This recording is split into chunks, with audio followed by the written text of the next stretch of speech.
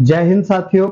आज की इस वीडियो में आज शुरू करने जा रहे हैं डेसिमल की तीसरी क्लास और देखेंगे इस क्लास में एकदम शानदार और दमदार क्वेश्चंस को। आइए शुरू करते हैं आज की अपनी ये क्लास। आइए देखते हैं आज की क्लास का पहला सवाल और एक दमदार सवाल। ठीक है, देखिए आपके सामने जो पहला सवाल है उसमें m की वैल्यू दी गई है 0.1 प्लस 0.1 का स्क्वायर प्लस 0.01 का स्क्वायर। उसी तरह से n की वैल्यू भी आपको कुछ दी गई है और आपसे पूछा है कि m प्लस n यानी कि इनका योग बताना है। देखिए आप में आपके आपके मन में जो आपके दिमाग में जो आइडिया आया होगा वो आया होगा बेसिक का।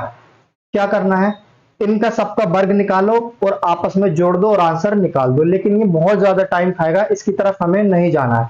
एक तरीका तो ये हो गया। दूसरा तरीका इसका हो सकता है यूनिट डिजिट या लास्ट डिजिट वाला, लास्ट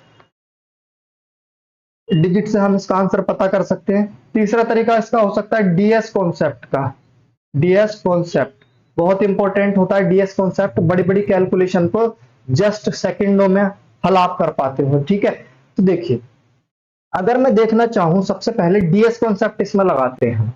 डीएस कॉन्सेप्ट का मतलब क्या होता है, ये पूरी क्लास पूरा इसका चैप्टर मेरे यूट्यूब चैनल पर पढ़ा है, वहां जाकर देख लो आप। ठीक है, एम बराबर अगर मैं देखूं तो यहां भी 1 है तो ये 1 प्लस यहां भी अगर मैं 1 का स्क्वायर करूंगा तो 1 ही आएगा, यहां भी अगर 1 का स्क्वायर करूंगा तो 1 ही आएगा, यानी कि 3। एम का जो डीएस आ गया वो आ गया 3।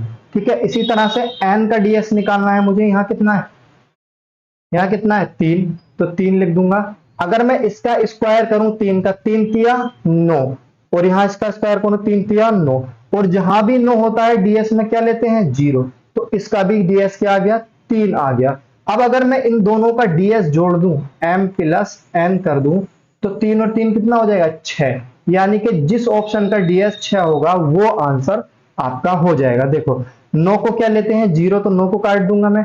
4 और 2 कितना हो गया, ये 6 हो गया, तो ऑप्शन नंबर ए आंसर हो सकता है क्योंकि इसका डीएस कितना आया मेरे पास 6 आया। अभी आगे भी चेक करेंगे। देखो 4 ये है कि हमारा 4 और 1 5, 5 और 4 9, यानी कि ये 9 खत्म हो जाएगा। बचा कितना, ये 3 और 1 4। ठीक है, मैं क्या कर रहा हूं, जो ये नंबर्स हैं इन्हें जोड़ रहा हूं, इसी को कहते हैं DS concept, digital sum concept. ठीक है, अब जहां जहां नो रहता है वहां वहां नो काट देते हैं, नो को हम 0 मानते हैं। ठीक है, अब जैसे ये 3 6 3 9, ये 3 3 तो कट गया, अगर मैं इन्हें जोड़ूंगा तो 9 बन जाएगा। बचा क्या, 1 1 1, यानी कि 3 बचा। उसके बाद अगर इन तीनों को भी काटना चाहूं तो ये काट दूंगा और यहां बचेगा 3 आपका। तो एक ऑप्शन का डीएस 6 आया है सिर्फ और सिर्फ ए का, तो ए ऑप्शन आपका आंसर हो जाएगा। कितनी आसानी से, देखो कुछ भी करना नहीं पड़ा मुझे, कुछ भी। आप अगर ध्यान से देखो तो ठीक है, और इससे आसान कोई तरीका नहीं हो सकता मेरे हिसाब से। ठीक, तो ये हो गया हमारा डीएस कॉन्सेप्ट का पहला तरीका। अब आओ दूसरे तरीके पर आते हैं। लास्ट डिजिट कॉन्सेप्ट क्या होता है, लास्ट डिजिट सेकंड तरीका भी देख लो क्या है।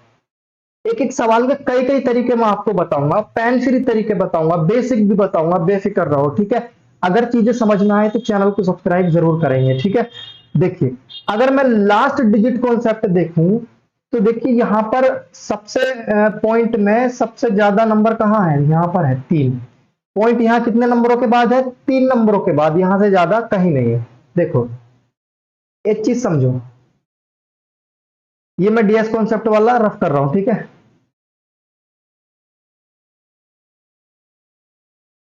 दूसरी चीज समझो, अगर मेरे पास ये लिखा है, मैंने लिखा 0.4 का स्क्वायर, तो आप क्या लिखोगे 4 चौक 16, 0.16। ठीक, इसी तरह से अगर मैंने यहां पर लिखा 0.2 का स्क्वायर तो आप क्या लिखोगे 0.2 दूनी 4, 4 लिखोगे या 0 4 लिखोगे, 0 4 लिखोगे, क्योंकि यहां पर एक संख्या है पॉइंट के बाद, और अगर हम इसका स्क्वायर करेंगे तो संख्या आएगी दो संख्या के बाद पॉइंट आएगा। फिर अगर यहां पर दो संख्याएं होती तो फिर डबल कर देते, 4 संख्याओं के बाद पॉइंट आता।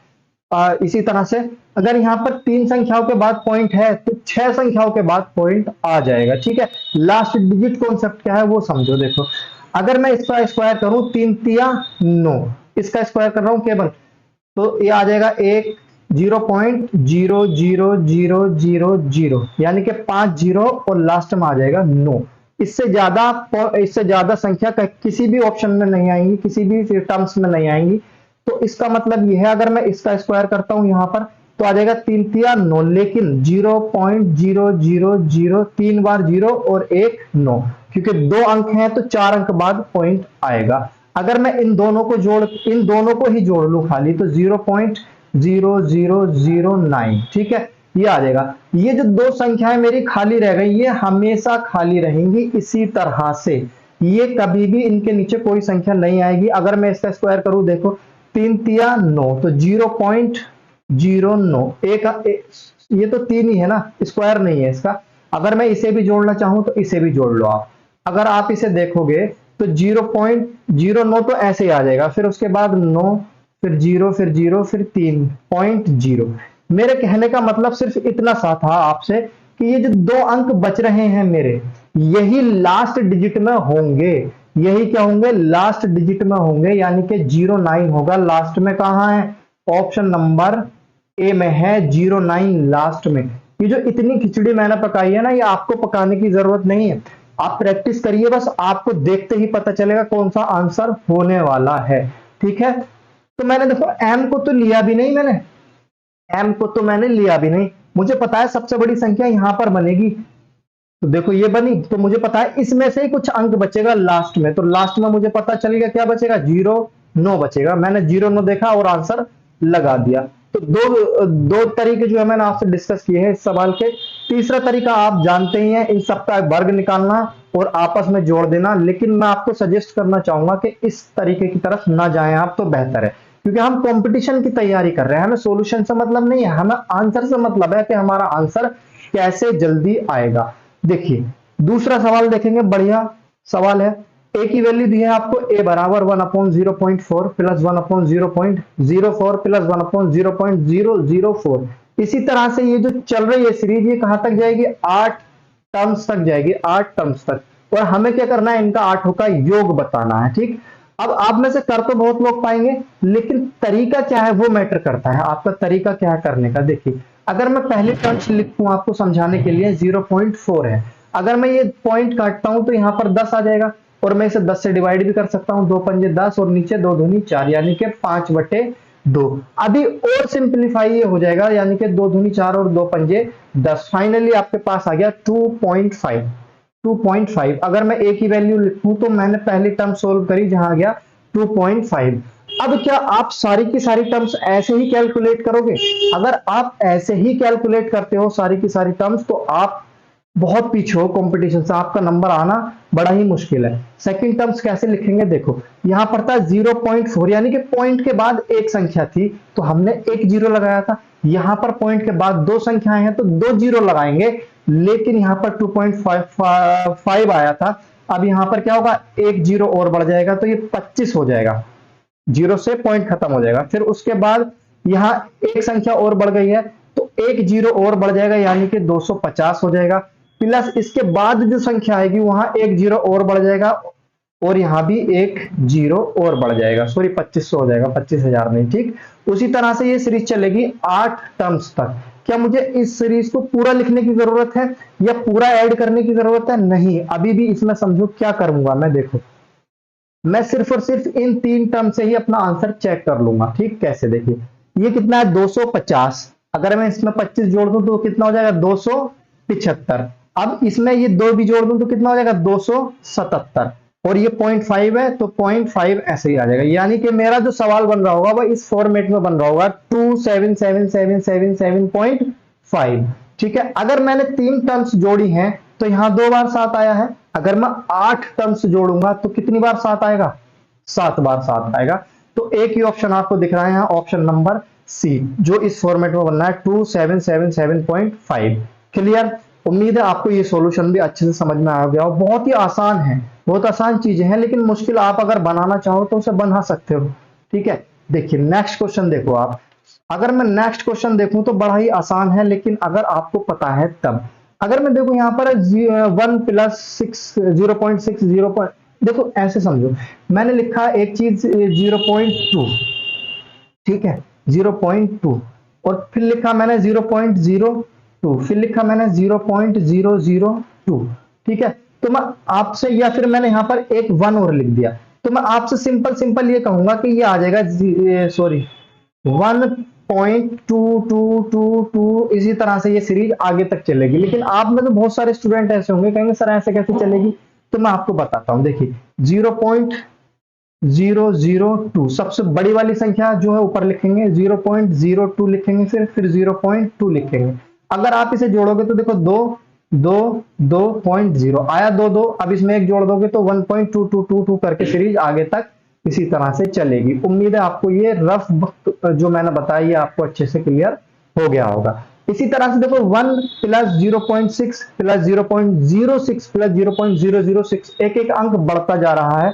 तो अगर आप इसे जोड़ोगे तो क्या आएगा, आप इसे जोड़ोगे तो आ जाएगा 1.6666, इसी तरह से सीरीज आगे तक जाएगी।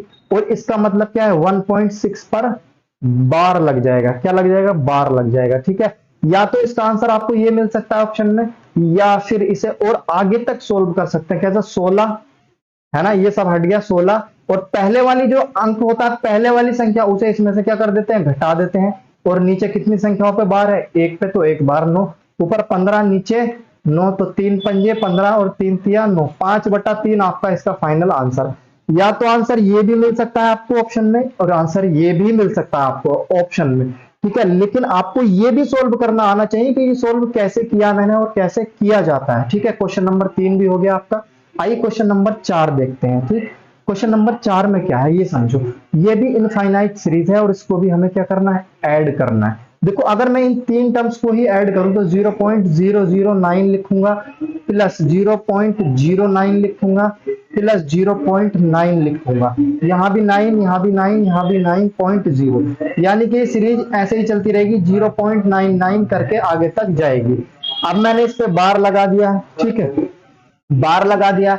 अब बार को जब आप हटाओगे तो नीचे 9 लिखोगे, 9 से 9 कट जाएगा, बचेगा क्या, 9 से 9 कटेगा तो 1 बचेगा। 1 आपका क्या हो गया, आंसर। ये तो समझाने में ही हो गया। ठीक है, तो आपको जो है ना, मैं ये कहना चाह रहा हूं कि ये चीज नहीं लिखनी है, आपको सीधा लिखना है 0.9 पर बार। ये कैसे होगा, ये आपकी प्रैक्टिस पे डिपेंड करता है। और ये सवाल बड़े आसान है, पेन फ्री भी आप बना पाओगे इन सबको अगर एक बार अच्छे से प्रैक्टिस कर लोगे तो। ठीक है, नेक्स्ट क्वेश्चन देखेंगे, क्वेश्चन नंबर 5। क्वेश्चन नंबर 5 भी बड़ा शानदार क्वेश्चन है। देखिए कि अंश और हर का योग बताना है, अंश और हर का। तो पहले इसे अंश और हर में कन्वर्ट करना पड़ेगा तभी तो योग बताएंगे।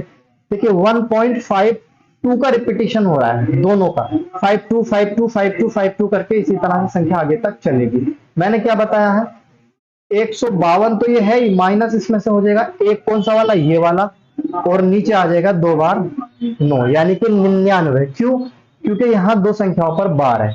अगर मैं इसे घटाऊंगा तो आएगा 151 और नीचे आएगा 99।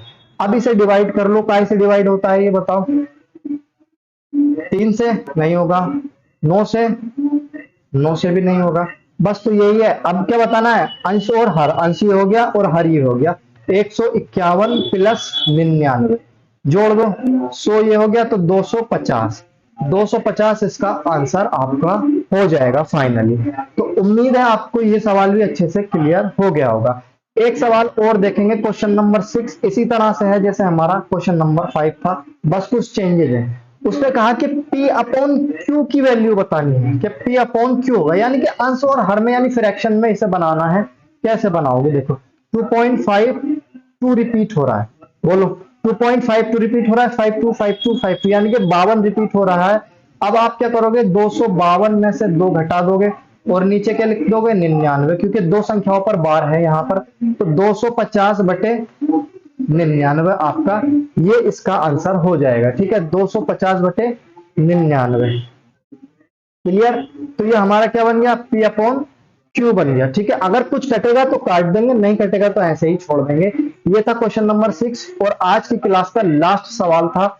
उम्मीद है आप सभी को जितने भी सवाल मैंने डिस्कस किए सब अच्छे से समझ में आ गए होंगे। जो भी सॉल्यूशन आपको बताए, ट्रिक बताई है, मेथड बताए हैं, सब अच्छे से क्लियर हो गए होंगे।